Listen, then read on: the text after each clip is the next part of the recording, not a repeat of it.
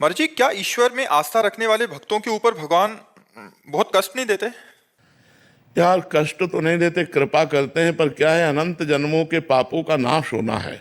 जैसे इस जन्म में भगवान की प्राप्ति होनी है, तो अब जितने हमारे सब कूड़ा करकट जमा है वो सब इसी जन्म के भोगने में आएंगे। तो दिखाई देता है कि यार भक्त को बहुत कष्ट है, पर ये सब इसलिए है कि अब हमारा जन्म आखिरी है। अब हमारा जन्म भगवान की कृपा से होगा, कर्म बंधन से नहीं होगा। तो वो सब भुगताए जा रहे हैं। बड़े बड़े संतों के, बड़े बड़े भक्तों के जीवन में, उनके रास्ते में जो दुख दिखाई देता है, उसका कारण होता है हम बहुत जन्मों से पाप किए, तो उन पापों की धुलाई हो रही, सफाई हो रही। अब हम स्वच्छ और निर्मल होकर भगवान के पास चले जाएंगे।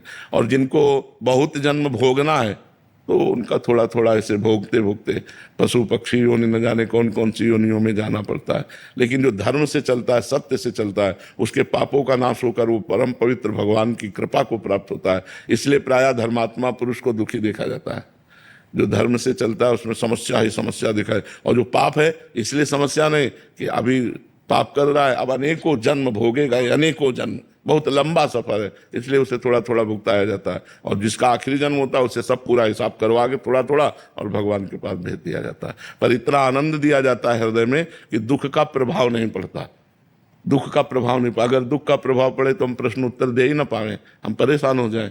पर भगवान कृपा किए रहते हैं, तो जैसे समुद्र की तूफानी लहरों को उसका तट रोकता है, ऐसे भगवान की कृपा दुख को रोके रहती है। दुख है पर वो